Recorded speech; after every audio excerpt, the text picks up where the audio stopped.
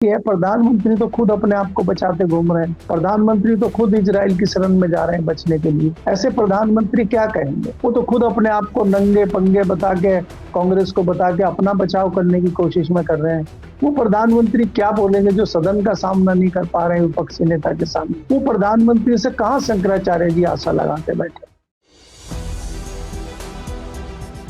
नमस्कार दोस्तों, कैसे हैं आप लोग। उम्मीद है आप सभी अच्छे होंगे। शंकराचार्य सनातन में सर्वोच्च पद है, लेकिन उस पद की गरिमा कौन गिरा रहा है? क्या अभिमुक्तेश्वरानंद उस पद की गरिमा गिरा रहे हैं, या फिर सत्ता से प्रेरित होकर कुछ लोग हैं जिन पर बहुत सारे केसेस पहले से दर्ज हैं, उन्होंने बाबा का चोला ओढ़ लिया है, प्रशासनिक लोग भी उनकी मदद कर रहे हैं, वो लोग उस पद की गरिमा गिरा रहे हैं। करेंगे बात। केपी मलिक जी बृहस्पतिवार हमारे साथ जुड़े। सर, बहुत बहुत स्वागत है आपका। धन्यवाद हिमांशु जी, आपका भी, आपके दर्शकों का भी।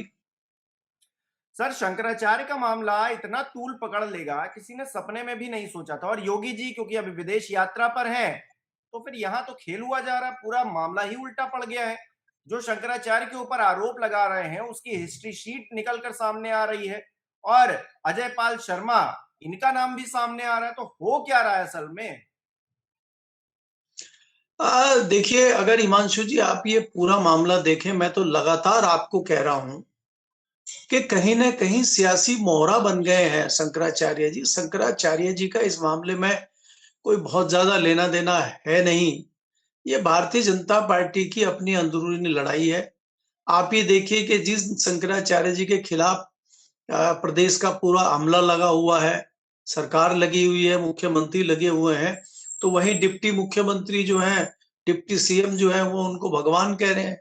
वो बटुक ब्राह्मणों को अपने घर पे बुला के भोजन करा रहे हैं। तो ये जताता है कि स्थिति क्या है। अब ताजा मामला जो 2 दिन से ये नूरा कुश्ती चल रही है, ये जो आशुतोष पांडे नाम के जो तथाकथित संत हैं और जिन्होंने मुकदमा कराया है, इनकी बड़ी लंबी हिस्ट्री है। ये एक्चुअली हमारे ही जिले के शामली के रहने वाले हैं और इनके बड़ा लंबा चौड़ा इतिहास है। फर्जीवाड़े में इनका इतिहास बहुत लंबा चौड़ा है। ये शाकुंभरी देवी मंदिर के अपने आप को मठाधीश बताते हैं, जो प्रथम दृष्टा ही भ्रमित करने वाला है। क्योंकि हमारे यहाँ एक बड़ा मठ है जिसको शाकुंभरी देवी के नाम से जाना जाता है सहारनपुर में। ये भ्रमित करने के लिए उसका लोगों को बता देते हैं, जबकि कांधला में ही एक शाकुंभरी देवी का मंदिर है, वहां पे ये है और उन्होंने एक ट्रस्ट उस नाम से रजिस्टर्ड करा लिया और ये उस ट्रस्ट के मठाधीश अपने आप को बताते हैं। और इनके ऊपर जो है आज की डेट में अगर आप देखेंगे, लोग तो 2 दर्जन, 1.5 दर्जन, कोई 21, कोई 26 मुकदमे बता रहा है। टोटल 42 मुकदमे हैं और उन 42 मुकदमों में हरियाणा, दिल्ली और उत्तर प्रदेश में मुकदमे हैं और 5 मुकदमे तो अभी हाल फिलहाल में ही हुए हैं। तो ये तो इनकी गाथा है। तो इस प्रकार के व्यक्ति का शंकराचार्य के ऊपर इस तरह का मुकदमा दर्ज कराना, इस तरह का आरोप लगाना, ये इनके लिए कोई नई बात नहीं है। इसके भुक्तभोगी लोग जो है शामली जिले के और पश्चिम उत्तर प्रदेश के बहुत सारे लोग हैं। क्योंकि मैं वेस्टर्न यूपी से आता हूं तो हमारे पास भी बहुत फोन आ रहे हैं, बहुत चर्चाएं इनकी चल रही है। क्योंकि इसमें क्या हुआ था कि 2017 से अगर हिस्ट्री इनकी उठा के चले, लगभग 9-10 साल पुरानी चीजें इनकी देखें, तो 2017 में एक पत्रकार थे, वहां के राजपाल पारवा, शामली के, दैनिक जनवानी अखबार है और वो क्राइम स्टोरी करते हैं। तो उन्होंने पुलिस के खिलाफ एक स्टोरी लिखी थी जब ऑपरेशन लंगड़ा चल रहा था योगी जी का, और वो पैर में गोली मार रही थी यूपी पुलिस और सीटी की आवाज निकाल रही थी। आपको याद होगा, सीटी मुंह से ही बजा दे रही थी। तो उन्होंने एक स्टोरी करी थी और उसमें पुलिस के लोगों द्वारा जो है उनको सबक सिखाने के लिए इन्हीं से उनके ऊपर एक इस तरह का केस कराया गया था और अभी भी वो उस केस को भुगत रहे हैं। उस केस की कोर्ट में जो है चीजें चल रही हैं और वो कर रहे हैं। तो ये इनका कोई पुराना इतिहास है, इसमें कोई नया लेना देना नहीं है। देखिए, राजनीति में इस तरह की चीजें करना, इसमें सबसे बड़ा जो दुर्भाग्यपूर्ण मामला है वो मुझे ये लगता है कि जिस भारतीय जनता पार्टी को हम नैतिकवादी पार्टी, सिद्धांतवादी पार्टी और साधु संतों की पार्टी, हिंदू धर्म की पार्टी, सनातन को बचाने वाली पार्टी, गो हत्या को रोकने वाली पार्टी कह के सुशोभित करते थे और मानते थे कि भारतीय जनता पार्टी ये तमाम चीजें बदल के रख देगी जब वो सत्ता में आएगी। ये तो उल्टा ही हो गया। इनके ऊपर तो गौ तस्करी के, गौ हत्या के मामले चल रहे हैं। जिन्होंने ये केस किया है वो शंकराचार्य पे केस कर रहे हैं। तमाम एक एसपी लेवल के अधिकारी ने इनके ऊपर केस किया हुआ है कि उनको रिश्वत देने पहुंच गए। तो इनका तो इतिहास बहुत है, लेकिन ये कोई हम इनका महिमा मंडन करें, बात वो नहीं है। क्या मुख्यमंत्री जो एक प्रदेश के हैं, एक सूबे के, इतने बड़े सूबे के मुख्यमंत्री हैं, वो क्या आंखें बंद करके अब इन संसाधनों से लड़ाई लड़ेंगे? वो अगर उनको कोई लड़ाई लड़नी है तो क्या वो इन संसाधनों से लड़ाई लड़ेंगे? इनके भरोसे वो राजनीति करेंगे? तो ये दुर्भाग्यपूर्ण है। तो मुझे लगता है कि योगी जी को इन सब मामलों से ऊपर उठना चाहिए। जिस प्रकार से उत्तर प्रदेश में आज परिस्थिति बनी हुई है, एक पत्रकार सामने आ गए, उनको कहा गया है कि भाई इन्होंने उनको कॉन्फिडेंस में लिया, उनसे बात की, उनसे संपर्क किया कि आप अपनी लड़की के तरफ से एक एफआईआर उनके ऊपर कर दीजिए। अगर कोई पिता इस प्रकार का कृत्य करता है कि वो अपनी बेटी के नाम से किसी इतने बड़े शंकराचार्य पे किसी इतने बड़े मठ के या किसी इतने बड़े संत के ऊपर इस तरह के आरोप लगाता है, तो मुझे नहीं लगता कि इस प्रकार की चीजें कोई एक्सेप्ट करेगा। आप उससे संपर्क करें तो कहीं ना कहीं उसकी भावना आहत हुई है और उसने जाके सीधा सीधा शंकराचार्य जी को इससे अवगत कराने का काम किया है। क्योंकि दुर्भावना हर व्यक्ति की नहीं हो सकती। कुछ व्यक्ति हो सकते हैं जो इस तरह वह एक हद को पार कर सकते हैं, लेकिन कोई भी व्यक्ति या समाज में तो सब तरह के व्यक्ति हैं, कोई भी व्यक्ति यहाँ तक बढ़ जाएगा मुझे नहीं लगता, क्योंकि उसके लिए आपको बड़ा दिल पे पत्थर रखना पड़ता है, आपको बेशर्मी का सामना करना पड़ता है। तो उस पत्रकार ने दोनों जो है नैतिकता भी दिखाई है और साहस भी दिखाया है। मैं तो सलाम करता हूँ इस प्रकार के पत्रकार को, जो एक छोटी जगह का पत्रकार है, एक जिले का पत्रकार है, और वो इतनी हिम्मत करके उसने इस तरह का डिसीजन लिया है। तो बधाई के पात्र हैं और मैं भी उनको बधाई देता हूँ। लेकिन समाज में इस तरह के लोग भी हैं कि जो धार्मिक चोला, संत का चोला ओढ़ के इस तरह के राक्षसी कृत्य कर रहे हैं। इस पर भी समाज को विचार करना पड़ेगा। खुलेआम आप घूम रहे हैं, आप अदालती हथियार और कानूनी हथियार का दुरुपयोग कर रहे हैं और सरकार जो है आपका प्रयोग कर रही है, तो ये कहीं ना कहीं नैतिकता में और सिद्धांतवाद में गिरावट का दौर शुरू हो गया है। और कम से कम हमें ये भारतीय जनता पार्टी जो दावा करती थी हिंदुत्व का और नैतिकता का और सनातन का, उसके समय में इस प्रकार का होना मुझे लगता है कि सबसे बड़ी दुर्भाग्यपूर्ण बात है जी। अच्छा सर, शंकराचार्य का जो बयान है उसमें वो एक बयान में ये कह रहे हैं कि अब ये पूरे देश का मामला हो गया। अब ये मतलब सिर्फ शंकराचार्य तक सीमित नहीं है, प्रधानमंत्री का मामला भी है, राष्ट्रपति का मामला भी है। और उनके देश में यानी कि राष्ट्रपति और प्रधानमंत्री के देश में अगर ये बात उठ रही है कि देश का शंकराचार्य दुराचारी हो गया है, तो फिर ये गंभीर विषय है। बहुत बड़ी बात उन्होंने कही है। इस पे तो प्रधानमंत्री नरेंद्र मोदी को भी, जो एक वक्त में चरण वंदना कर रहे थे शंकराचार्य की, आना चाहिए सामने, खुलकर बात रखनी चाहिए। उनके मन में जो बात है वो कहनी चाहिए। सिर्फ कांग्रेस ही टारगेट मिलती है उनको, उसी पर निशाना साधते हैं। अब योगी जी जब दिल्ली की आबो हवा खराब बताते हैं तो कुछ नहीं बोलती निकलती है। अब शंकराचार्य तो सीधे सीधे कह रहे हैं ये उनका मामला भी है, उनके देश का भी मामला है। बड़े देशभक्ति की डींगे मारते हैं। अब आइए सामने, बताइए कौन कितने पानी में।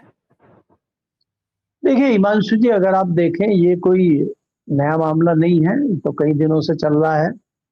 माघ मेले के समय से ये चल रहा है, उससे पहले भी हुआ है। और उन्होंने तो शंकराचार्य जी ने निंदा प्रधानमंत्री भी की थी उस समय जब अयोध्या मंदिर का शिलान्यास हुआ था, उद्घाटन हुआ था। तो समय समय पे इस तरह के हमें साधु संत और संत समाज चाहिए जो हमारे ब्रेक लगाते रहे। अगर हम उनको लगता है कि देश गलत रास्ते पे जा रहा है या हमारा कोई सियासतदान गलत डिसीजन ले रहा है, तो ऐसे में अगर वरिष्ठ लोग नहीं टोका टोकी करेंगे तो कौन करेगा। तो यहाँ तो मैं शंकराचार्य जी को बधाई देता हूँ कि वो हर मुद्दे पे मुखर होकर बोलते हैं, हमें तो उनकी सराहना करनी चाहिए। लेकिन आज सियासत इस प्रकार की हो गई है कि जहां वो हमारे हित की बात करें, हमारे अच्छे के बात करें, हमारे लिए फायदे की बात करें, हमें सियासी हितों की बात करें तो हम जय जयकार कर दें, और जहां वो जरा सी कड़वी बात कहें, समाज हित की बात कहें, वहां उनके खिलाफ जो है भाले और इस तरह के शस्त्र तैयार कर लें, तो ये दुर्भाग्यपूर्ण स्थिति है। बात प्रधानमंत्री की है, प्रधानमंत्री तो खुद अपने आप को बचाते घूम रहे हैं। प्रधानमंत्री तो खुद इजराइल की शरण में जा रहे हैं बचने के लिए। ऐसे प्रधानमंत्री क्या कहेंगे? वो तो खुद अपने आप को नंगे पंगे बता के, कांग्रेस को बता के अपना बचाव करने की कोशिश में कर रहे हैं। वो प्रधानमंत्री क्या बोलेंगे जो सदन का सामना नहीं कर पा रहे हैं विपक्षी नेता के सामने? वो प्रधानमंत्री से कहां शंकराचार्य जी आशा लगाते बैठे? तो प्रधानमंत्री अगर इस पर कोई एक्शन लेते, प्रधानमंत्री अगर इसमें कुछ चाहते, तो ये मामला यहां तक पहुंचता ही नहीं। प्रधानमंत्री की कॉन्स्टिट्यूएंसी का मामला है, प्रधानमंत्री कार्य क्षेत्र का मामला है, प्रधानमंत्री की पार्टी से सीधा सीधा मामला। आप तो सनातन धर्म की, हिंदू धर्म की बात करते हैं, और ये क्या सनातन धर्म और हिंदू धर्म की बात नहीं है? ये काशी बनारस प्रयागराज की बात नहीं है? तो इसमें क्यों नहीं प्रधानमंत्री जी बोल रहे? ये बड़ा सवाल है। लेकिन शंकराचार्य जी को मैं ये कहना चाह रहा हूँ कि ये गलत जगह उम्मीद लगा के बैठे हैं। यहाँ से इनको ना कोई रिप्लाई मिलने वाला है और ना यहाँ से कोई इनको मदद मिलने वाली है। मुझे लगता है इसको छोड़ के कि आम जनता से गुहार लगाए, तो आम जनता ही इनके साथ आ सकती, वही इनका कुछ भला कर सकती है। नहीं तो इनको राक्षसी ताकतों का सामना करना ही पड़ेगा, और ऐसी ऐसी चुनौतियां इनके सामने आती रहेंगी। अभी तो शुरुआत है और चुनौतियां इनके सामने आएंगी, मुझे ऐसा लगता है। अच्छा सर, इसको अगर चरणबद्ध तरीके से देखें तो पहले तो शंकराचार्य जी को माघ मेले में रोका जाता है, उनके बटुकों को मारा पीटा जाता है, शंकराचार्य से शंकराचार्य होने के सबूत मांगे जाते हैं। उसके बाद शंकराचार्य वापस लौट जाते हैं, माघ मेला बीच में छोड़कर, और उसके बाद योगी आदित्यनाथ को खुली चुनौती देते हैं। डिप्टी सीएम भी क्योंकि शंकराचार्य के पक्ष में थे, तो पहला राउंड हुआ है इस पूरे मामले का, शंकराचार्य प्रकरण का, उसमें शंकराचार्य विजयी रहे, मुझे ऐसा लग रहा है। दूसरा चरण जो हुआ है जिसमें शंकराचार्य पर गंभीर आरोप लगाए जा रहे हैं, ये जो आशुतोष महाराज हैं, ये खुद जब सवालों के घेरे में हैं, अजय पाल के साथ उनकी फोटो आ रही, तो प्रशासनिक तौर पर भी कैसी मिली भगत है, ये भी सामने। तो जो दूसरा राउंड हुआ है योगी जी के साथ में, जब योगी जी विदेश घूम रहे हैं, तो उसमें भी योगी जी परास्त होते हुए दिखाई दे रहे हैं। अब जो तीसरा राउंड होने वाला है, जिसमें कहा यह जा रहा है कि शंकराचार्य लखनऊ में आकर धावा बोलने वाले हैं, वो तो और ज्यादा दिलचस्प हो जाएगा सियासी तौर पर अगर देखें तो। नहीं, देखिए, हमें ये देखना होगा कि शंकराचार्य जी का और योगी जी का आमना सामना क्यों हो रहा है, ये कौन सी लड़ाई है, ये क्या मायने हैं इसके, इसका क्या मतलब है, वो आपको समझना होगा। भारतीय जनता पार्टी के सामने अगर शंकराचार्य जी आज गो हत्या बंद करने की, गो रक्षा की बात अगर कर रहे हैं, और भारतीय जनता पार्टी उसमें कोई दिलचस्पी ना लेकर उल्टा उनको परेशान कर रही है, ये क्या जताता है? जो परवीन तोगड़िया के दूसरे दिखाता है सर। परवीन तोगड़िया जो विश्व हिंदू परिषद में पुरजोर मांग कर रहे थे गो हत्या बंद करने की, गो रक्षा की, उनको विश्व हिंदू परिषद से ही बाहर कर दिया गया। तो ये क्या जताता है कि कहीं पे निशाना कहीं पे निगाहें, आप कहना कुछ और चाहते हैं, कर कुछ और रहे, आपकी कथनी और करनी में फर्क है। तो आपको ये समझना होगा कि ये लड़ाई जो है खाली योगी और शंकराचार्य की है, या ये लड़ाई जो संघ की और आरएसएस की और भारतीय जनता पार्टी की एक रणनीति है, उसकी लड़ाई है। तो आप प्रधानमंत्री पर सवाल उठा रहे हैं, लेकिन संघ प्रमुख क्यों नहीं बोल रहे? संघ प्रमुख तो बड़े हितैषी है सनातन के, संघ प्रमुख तो हिंदू धर्म के बड़े हितैषी हैं, वो क्यों नहीं बोल रहे? वो क्यों चुप्पी मार रहे हैं? वो तो लखनऊ में भी आए थे, गोरखपुर भी गए थे। तो कहीं ना कहीं एक बड़ा षड्यंत्र है, जिसमें मैं आपको शुरू से कहता हूं कि एक बड़ा षड्यंत्र है, एक बड़ी चीज है, जिसका मोहरा बन गए हैं शंकराचार्य जी।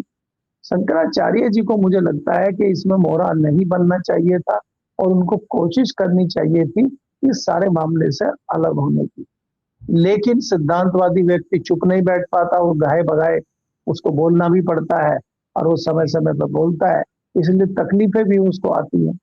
तो बुरा वक्त एक कुछ समय के लिए मुझे लगता है शंकराचार्य जी का है, और इसमें कोई बहुत ज्यादा घबराने वाली या बहुत उस तरह की बात इसमें मुझे दिखाई देती नहीं है।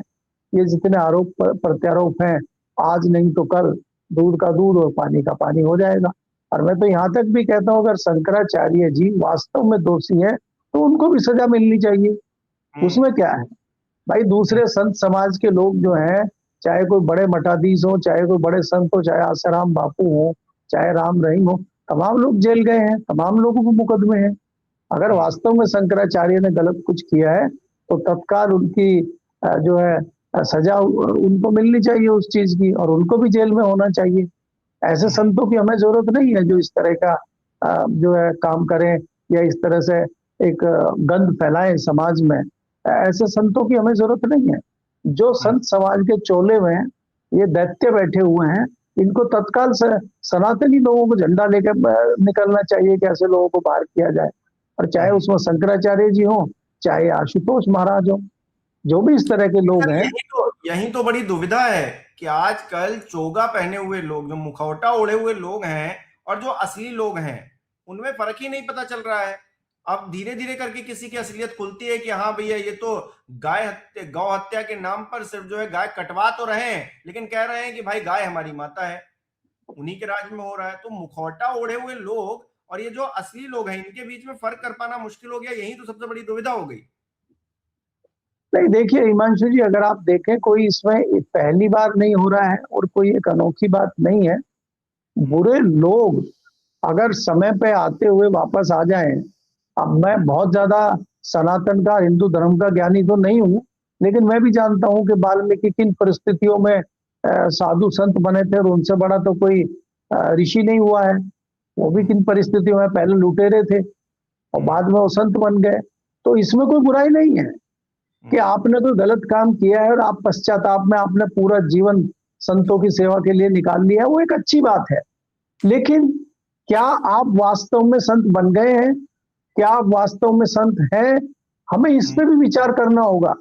आप कई सारे मुंबईया लोगों को देखते हैं कि वो वहां से चोला ओढ़ के आ जाते हैं, मुंबई में सारे कृत्य करके, और वो चोला ओढ़ के यहाँ आ जाते हैं, ऋषि महर्षि और साधु साध्वी बन के वो बनारस में और काशी में आ जाते हैं।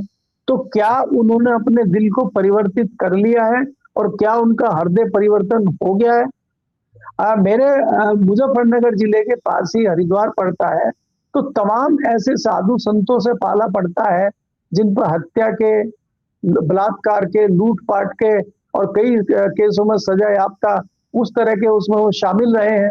लेकिन कई लोग बदल गए हैं और कई लोग जो है कार्रवाई से छुप के वहां बैठे हुए हैं। तो ये तो लंबा समय से चलता रहता हरिद्वार और ऋषिकेश जैसी जगहों में। लेकिन उसमें एक बड़ा तबका वो भी होता है जिसका वास्तव में हृदय परिवर्तन हो गया। तो आज जिस प्रकार से हमारे साधु समाज को बदनाम किया जा रहा है, इस क्षेत्र को बदनाम किया जा रहा है, और तमाम दूसरे मानसिकता के लोग चोला पहन के यहाँ आ गए हैं, मुझे लगता है ये हमारे सनातन धर्म के लिए भी दुर्भाग्यपूर्ण बात है। और इस पर जो सनातन धर्म के ठेकेदार हैं, जो झंडा बरदार हैं, उनको जरूर कोई एक्शन लेना पड़ेगा।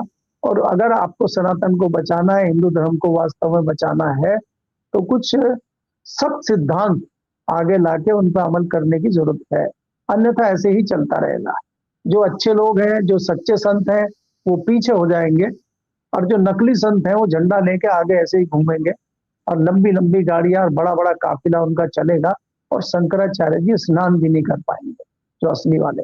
जी, बहुत बहुत शुक्रिया केपी सर हमारे साथ बातचीत के लिए, तमाम जानकारी देने के लिए। हमारे दर्शक किस तरह से देख रहे हैं इस विषय को कमेंट करके जरूर बताएं। इस वीडियो को लाइक करना, शेयर करना मत भूलिएगा। हमारे चैनल को सब्सक्राइब नहीं किया है तो वो भी जरूर कीजिएगा। आप हमें सहयोग भी कर सकते हैं ज्वाइन बटन पर क्लिक करके। बहुत बहुत धन्यवाद।